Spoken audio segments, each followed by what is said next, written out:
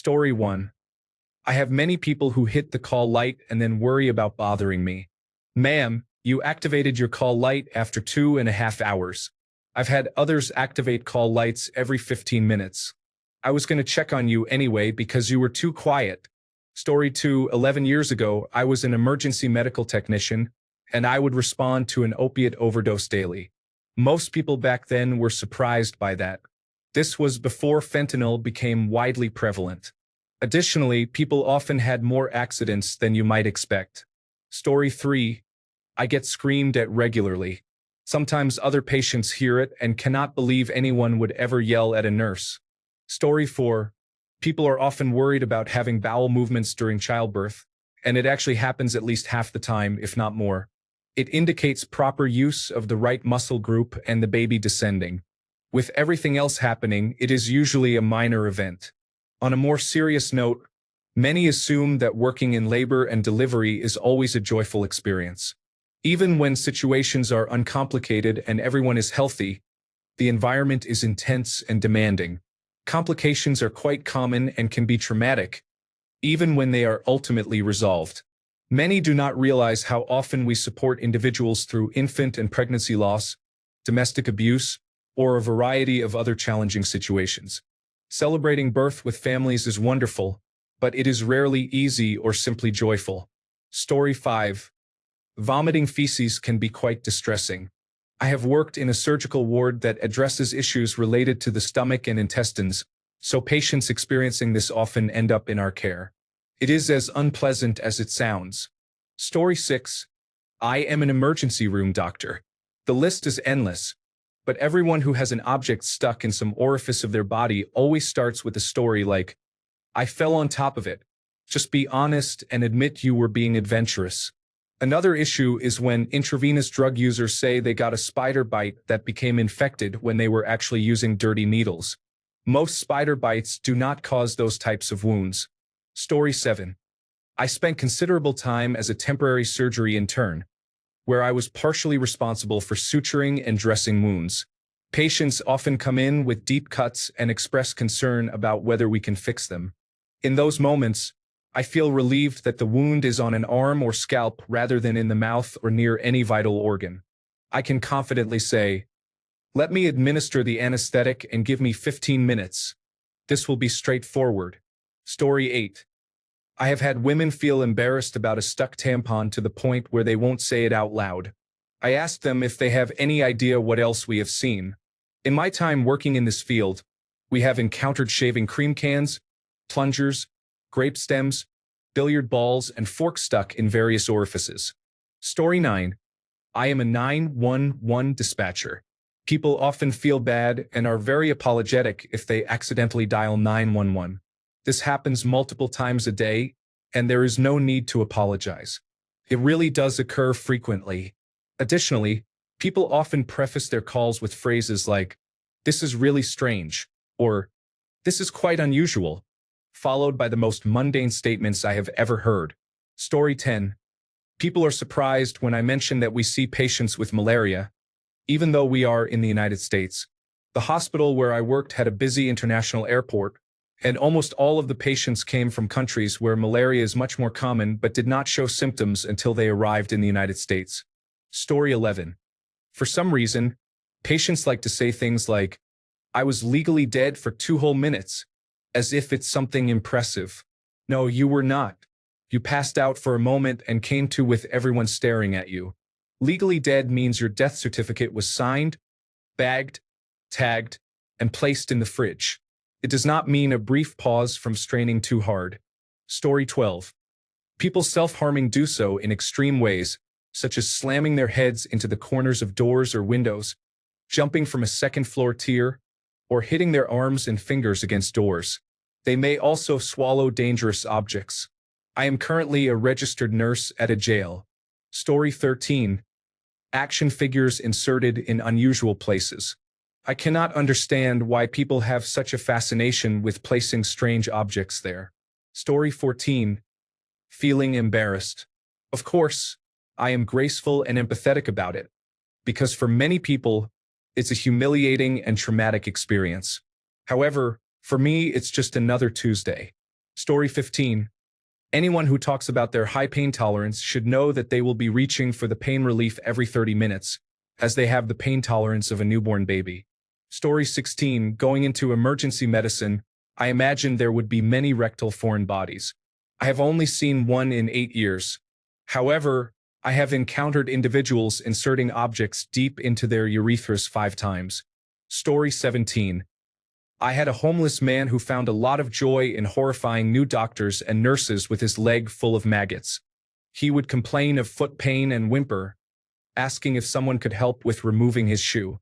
The doctor or nurse would pull it off, and suddenly, there were bugs everywhere. He would cackle, demand food, and then leave against medical advice. This would happen 1 to 2 times a month, leaving us with maggots all over. During his last visit, he became irate when I told him we wouldn't be able to assist him until he was in a room with a closing door and equipped with full personal protective equipment to handle his 2,000 friends. I suggested we could skip the formalities, and I would give him 2 lunch trays so he could leave against medical advice like his last previous visits. He cursed me through my vital signs machine and said he would take the trays before storming off. His next 2 visits went much the same way, and I found out from my emergency medical technicians that he refuses to come to our hospital anymore. Story 18. Panic attacks. I actually love those calls because I get to tell the patient, listen, I'm a total stranger to you, and hopefully, you'll never see me again. So you can let go of whatever's on your mind, and I'll listen. What usually follows is about a half hour of the most interesting conversations in the back of my ambulance while I eat my lunch and sit in the air conditioning. Usually, the patient feels much better by the end and doesn't want to go to the hospital anymore. Sometimes, people just need someone to talk to, and the best treatment is a listening ear. Story 19. A nurse friend mentioned that it is more common than people think for females to arrive with 2 or more tampons stuck inside them. Story 20. Individuals who insert objects into their urethra do so frequently, particularly among incarcerated individuals. Additionally, individuals who place items around their genital area and cannot remove them should prioritize having a plan for safe removal. Please avoid using makeshift materials from a garage or home improvement store. Ensure that any item is stretchy and equipped with a tab to facilitate removal. Otherwise, I may have to meet you in the emergency department to remove it with bolt cutters. Story 21. When Meemaw has faced 25 rounds with the Grim Reaper and the family says, she's a fighter though. It's like, yes, she did. Laugh out loud. It's time to let go. She looks like the mother from SpongeBob at this point. Stop saving her just to place her in a nursing home and visit once a year. Story 22. My mom worked in nursing homes for older adults. She told me that older adults still have a longing for sex, and it doesn't matter if the person is a man or a woman, though men were often more extreme than women. She mentioned an elderly man who was 70 years old and wouldn't stop masturbating throughout the day. They couldn't stop him, and he didn't speak either. Another man collected yogurt cups, and nobody knew why until they had to search his room because it smelled unusual. They found 20 cups full of sperm and began searching his room every 2 to 3 days. Yes, the cups were always filled. Another time, they discovered that 2 men and 2 women had formed a sexual group and were having fun with each other every day and night. It's acceptable as long as it is consensual. Older women didn't just flirt with the nurses. They groped, slapped butts, and pinched as well.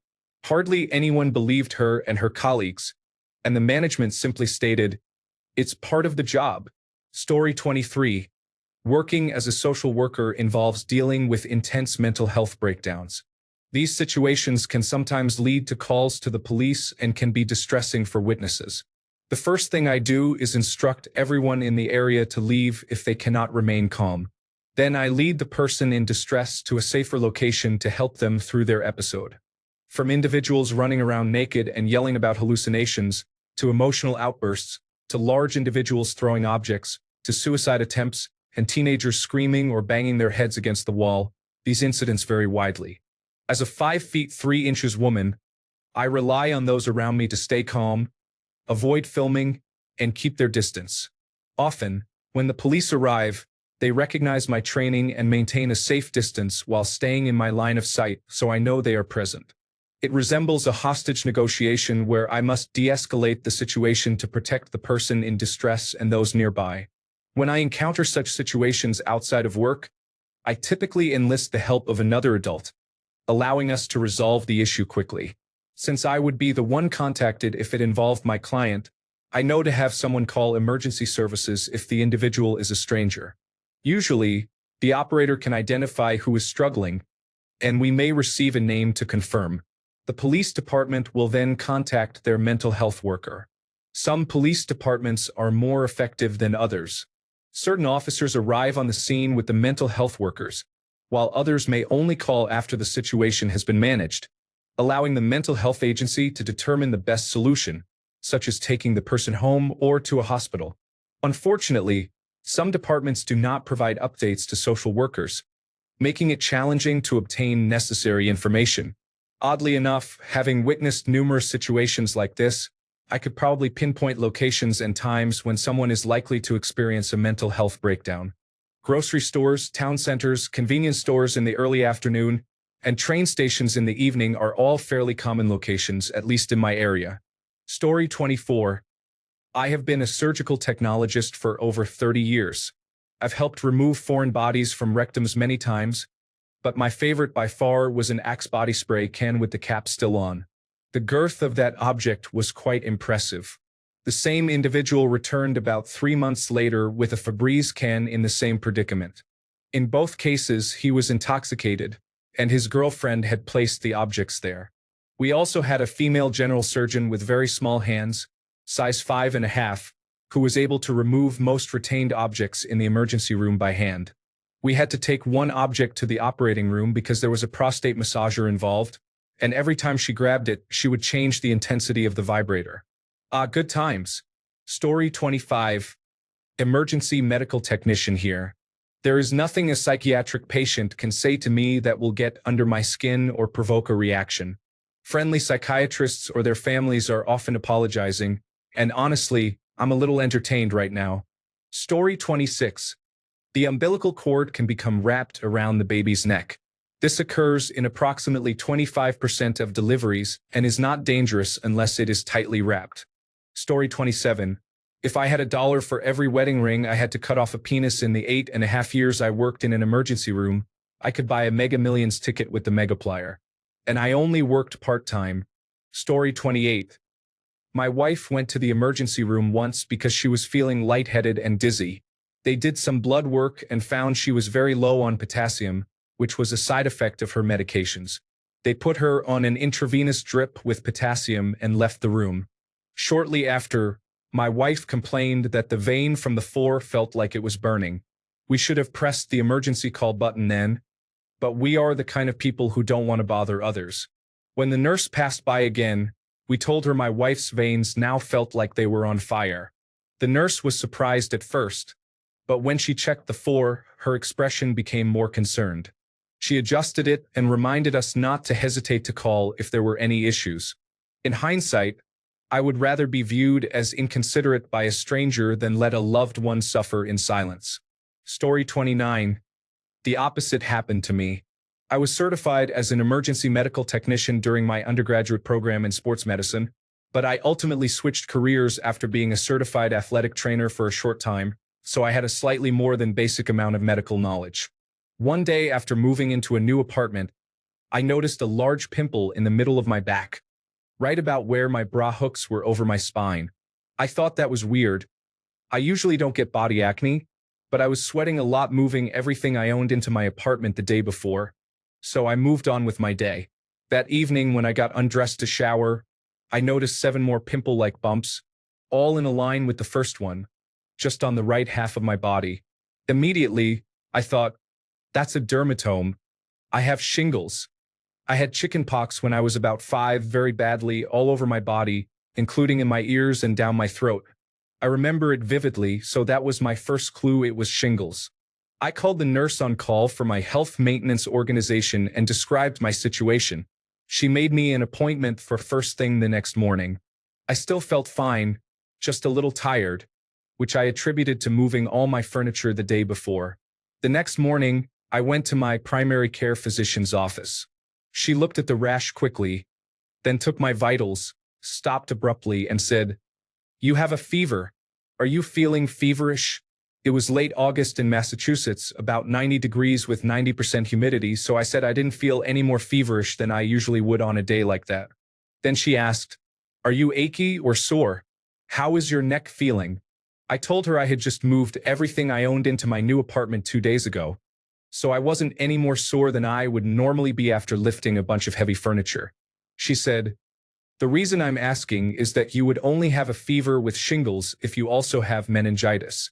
She then explained that only about 10% of people will have their shingles virus enter their cerebrospinal fluid and cause meningitis as a symptom or side effect of shingles. She had to send me to the hospital, where they took me to the emergency room and performed a lumbar puncture to test my cerebrospinal fluid. Another emergency occurred just as they finished, so nobody told me to lie completely still after my lumbar puncture. I was getting up, reading, and going to the bathroom while they waited for the results. They had to admit me because I did have meningitis, and luckily I didn't experience the spinal headache until I got to my room. I've never thrown up like that in my life. It felt like my brain was going to explode. I was literally holding my skull while I vomited. They put me on promethazine and Dilaudid, and I slept for 2 days straight. I was only 26 years old at the time, and my doctor said, "How did you get shingles and meningitis at the ripe old age of 26? I'm still not sure how. I was about to start graduate school, so I think maybe I crashed my immune system with my anxiety. But who knows?" Story 30. As a hospice nurse, I often observe how long individuals can go without eating or drinking at the end of life. Families frequently express concern, saying, "Grandma hasn't had anything to eat or drink in 3 whole days. Can you believe it?" Meanwhile, my record is a patient who went 2 weeks without food or water. Story 31. People insert various items from their houses into their rectums. For some reason, they are almost always heterosexual men. Story 32. I have several family members with various medical backgrounds. The family rule is that no one spends time in the hospital alone, especially overnight. Patients may experience falls, lack of staff, or visits from random doctors who do not accept insurance. The patient is vulnerable and needs an advocate. Story 33. I usually experience the opposite, where the person believes this happens to everyone and we think, "No, that's just you." Often, it's older individuals who haven't taken care of themselves and are completely dependent on others for most daily activities. Then they say, "This is what happens when you get old like me," while being only 50 or maybe 60 years old. No, that's not accurate. I regularly talk to men over 65 at my gym who maintain better physical condition and independence than most 30-year-olds I encounter. Invest in your physical health, everyone. Emergency medical technician for reference. Story 34. Many individuals present with large hydrocele and swollen testicles. The largest scrotum I have observed was about the size of a basketball. Story 35. A friend of mine works as a nurse. One day, there was a man in the emergency room who was obviously ashamed of whatever brought him there. It turned out that due to a malfunctioning penile ring, he had cut off blood circulation to his member, which was turning black and purple. He was extremely embarrassed to be there, and being assigned a female nurse did not help his situation. He was visibly relieved when she told him that there was indeed a way to help him and that he had come in just in time to save his member. She reassured him that accidents like this were surprisingly common and that he wasn't the first person to visit the emergency room due to a similar incident. Story 36. I am not a doctor or nurse, but I used to work in registration at an emergency room. You would be surprised how many times people have apologized for coming in looking disheveled. People have come in wearing only a smile. Your unwashed hair, Teenage Mutant Ninja Turtles pajama bottoms, and old worn-out tank top do not offend me. If you feel sick, trust me, I understand not looking your best. Story 37. MRI technologist for a 7 Tesla Siemens Terra. No total hip implants have been dislodged. Additionally, for every patient who claims to have the largest benign meningioma, I happen to scan one that is slightly larger. Story 38. This may be somewhat related, but being in mental health has presented me with countless instances of a patient or a random person I've mistakenly informed of what I do for work, expecting to be judged for their decision-making because it's considered shocking. The number of times a young person has defended themselves with the expectation that I could never understand them, because what they've experienced or are doing has never happened before, has led me to contemplate responding with, "This is a typical Tuesday for me." Similarly, there is a chance that an adult or minor disclosing feelings of being a bad person for not conforming to socially accepted behavior will elicit a casual, "So what?" response. Not to dismiss their feelings, but rather to normalize them. Someone apologizing for wanting to make a good living or for having fun with friends instead of working is a fairly regular occurrence. Again, this response may not be exactly on topic, but if you're worried about being perceived or judged as too weird or selfish, please keep in mind that the foundation of psychology and counseling services is rooted in better understanding why we behave the way we do and how people who are struggling can be helped. Story 39. The astonishing number of people who think that just because we know what is wrong, it means we can fix it. I personally blame shows like House. They frequently show someone in multiple organ failure or with the labs indicating someone who will die in 2 minutes, and then as soon as they get a diagnosis, they miraculously cure it. There are very few things that serious that we can completely reverse. I have seen hospitals perform some miracles, but if you are that close to death when you arrive, chances are you will not walk out in the exact same condition you were in before whatever happened to you occurred. Story 40. In general, losing all privacy in the intensive care unit, where I have worked throughout my entire healthcare career, is almost a necessary challenge. We often see situations involving genitals, incontinence, and accidents. While it may not seem normal to you, it is very common in certain circumstances, and we do not think much of it. I share this in hopes of bringing comfort to people when they are patients. The hospital experience can change based on the reason for your visit. Your body may not feel strong after surgery, and we are accustomed to your body reacting in ways that you might not expect. If someone reading this ever undergoes surgery and finds themselves feeling weak, we are here to help. Many people feel embarrassed about the assistance they need with toileting and daily living during their recovery, but it is literally part of our job to provide that support. Story 41. Naked individuals, even when there is no reason for their nudity, are a common occurrence in my work with the ambulance service. I have lost count of the times I have arrived at a scene only to find the patient without clothing or in some manner exposed. Sometimes they cannot help it, such as an elderly person falling off the toilet or while dressing. Other times it is more intentional. For example, I might say, "Excuse me, sir. I'm here for your headache. Please cover yourself." Story 42.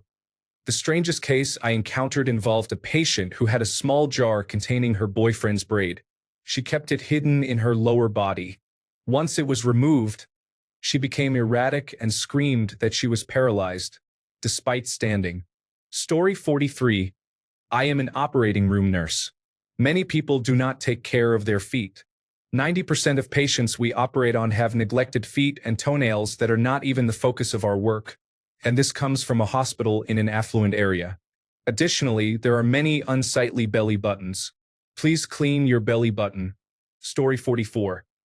My family is shocked that I get yelled at regularly by family members and patients, and that people hit, kick, punch, bite, and spit at me on a regular basis. Story 45. The strange things people do when they are going through intensive care unit delirium can be quite amusing. If they are coherent when oriented, it can be entertaining to chat with them about it afterward.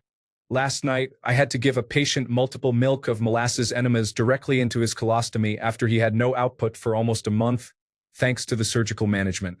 It worked wonders, and I found him in the middle of the night holding his removed ostomy bag over himself, absolutely drenched in stool and molasses. When I asked him why he took it off, he simply said, "I don't know." We were laughing about it by the day shift. Story 46. I'm not a professional, but the epidural was very effective. I pressed the nurse's button after I didn't hear a heartbeat on the monitor that was placed on my abdomen during labor. After a few minutes, the nurse, who seemed annoyed and was on the phone when she entered, couldn't find the heartbeat either. She eventually called over another nurse to help locate it while still on the phone trying to get another patient's lab results.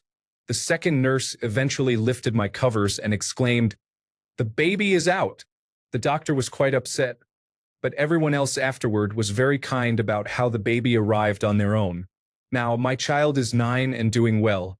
However, I really wish the first nurse would have listened to me more attentively. Story 47. I have an opposite experience. I was a combat medic with the Army Infantry during the war in Iraq. While I dealt with numerous injuries and illnesses, surprisingly I can count on one hand the number of penetrating gunshot wounds I treated.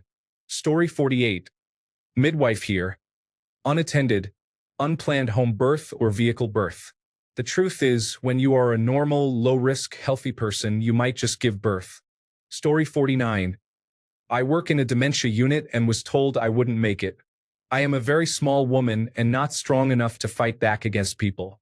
They didn't realize that older individuals don't stop feeling desire and they're often lonely. Appearance can significantly impact interactions with older individuals, even women. Having a pleasant interaction during care can make them feel good.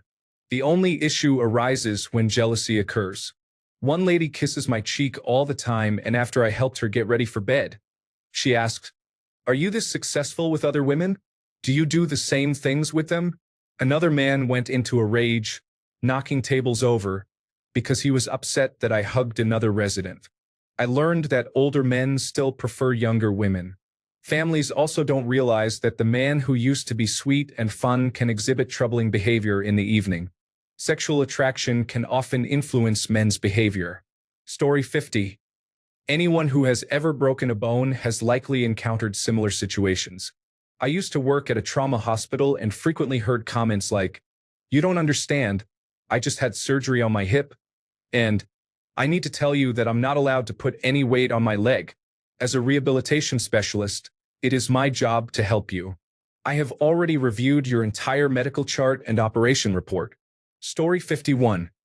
I was a home care registered nurse for the Department of Veterans Affairs.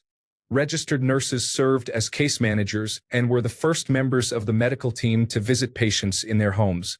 You would not believe how common it is for individuals living alone to exist in unsanitary conditions, even elderly couples. I have been in hundreds of homes that most people would consider dreadful, especially those with pets. Some homes were overrun with cockroaches, mice, and rats. In some cases, the conditions were so bad that the rodents left, but the cockroaches stayed. It was challenging, but it was the best job I ever had. Story 52. The emergency room doctor informed me that they often encounter individuals overdosing on Tylenol, believing it will be a quick and painless method. After inquiring whether I had taken a large dose, it turned out I had an allergy. This experience has placed Tylenol overdose high on my list of the most terrible ways to die. They mentioned that people typically arrive much too late, when the overdose has already caused liver failure. These individuals are left with irreparable damage, remaining alive for a time, but with no option other than managing symptoms until their inevitable death. Story 53. Men frequently experience injuries. Whether it's from intense activity, excessive masturbation, or misguided advice, there may be a need for education on this topic. Story 54. L&D nurse here. It is common to experience bowel movements while giving birth. People may be surprised, but it happens approximately 85% of the time. Whatever is inside is coming out, and I apologize to break it to you. It's a natural part of the process. Story 55. I am a former paramedic. The number of people who are hoarders or allow their pets to relieve themselves wherever they want was shocking. I cannot even count how many times we had to call the fire department because houses smelled of urine or ammonia before we could even enter the front door. Story 56. Bringing people back to life, especially the young, is remarkable. They can be deceased for a considerable amount of time and still achieve return of spontaneous circulation. Story 57. The number of people who die from urinary tract infections is concerning. They can lead to sepsis, which is deadly. However, it is surprising because these infections are highly treatable. Story 58. People do not stick your penis in a metal ring. If it gets stuck, urology will come in with a bolt cutter. Story 59. I do not have any of those conditions, but I have a condition called Wernicke encephalopathy. I would have sworn the hospital encountered this condition frequently, but I was literally the first case for both the hospital and my neurologist. Considering it is generally caused by alcohol use, and given that I live in a military town, you would think they would see it more often. Story 60. Radiologist. Everyone thinks their spine MRI for pain is the worst thing ever seen. There may be mild disc bulges and perhaps some neuroforaminal stenosis, yet patients act as though it is a miracle that they are even walking. Story 61. People overdosing, which is common in a medical intensive care unit, typically results in them being found unresponsive, receiving naloxone from emergency medical services, and being intubated until they regain consciousness, after which they often leave against medical advice to use drugs again. Cardiac arrest and performing compressions. Experiencing physical and verbal assaults by patients. Seeing patients' private parts without being fazed. Story 62. Life-changing surgery is performed every day, creating core memories for patients. As an anesthesiologist, my role is focused on the procedure rather than follow-up care. Story 63. Flesh-eating infections are quite common, and I encounter them approximately once a week. They are typically caused by everyday bacteria that reside on our skin. Emergency amputation is the cure. Story 64. There are patients who know when they need to use the bathroom and can go on their own but choose to relieve themselves instead, expecting the nurse to clean it up because that's what we are supposed to do. We are not a toilet. We provide care for patients who cannot get out of bed and are incontinent. Story 65. You won't believe how I injured myself. It was so foolish. My friend, foolishness is my job security. You're in good company. Now head to the waiting room with the others who say, "Bet you won't believe this." Story 66. Pregnancy complications can occur unexpectedly. Many people believe they are at low risk during pregnancy simply because they are healthy when not pregnant. In obstetrics, you may be considered low risk until circumstances change, and complications can arise suddenly. It is understandable that individuals are surprised when their water breaks at 30 weeks or when they develop preeclampsia, leading to an early delivery at 34 weeks. For those of us in a high-risk obstetrics unit, these situations are routine. I empathize with patients' shock, especially when we inform them they need to be hospitalized until delivery or that an early delivery is necessary. However, I must remind myself that most patients do not consider these scenarios as possibilities. Story 67. I work primarily as a wound care nurse for post-acute orthopedic wounds. The number of my patients who feel compelled to share their entire life story leading up to their injury, whether from slipping in their driveway, kitchen, or bathroom, is remarkable. I don't blame them at all, as it is traumatic and unique to each individual. However, that is exactly how staples are supposed to look, and please do not take up 30 minutes of my time with your life story. Honestly, most of the time I'm sure they just want to chat, so it's not too bad. However, many people suffer breaks and need to undergo orthopedic procedures, especially those who are 65 years or older. Story 68. I don't know if there is anything that occurs all the time that people consider extremely rare, but I would wager that there is not much people could name that I have not seen after 20 years in the industry. Story 69. My friends were surprised that I still transport patients who call me names, spit, and hit me. You didn't press charges? Thanks a bunch for sticking around till the end of the video. Remember to subscribe, and until next time, stay awesome and goodbye.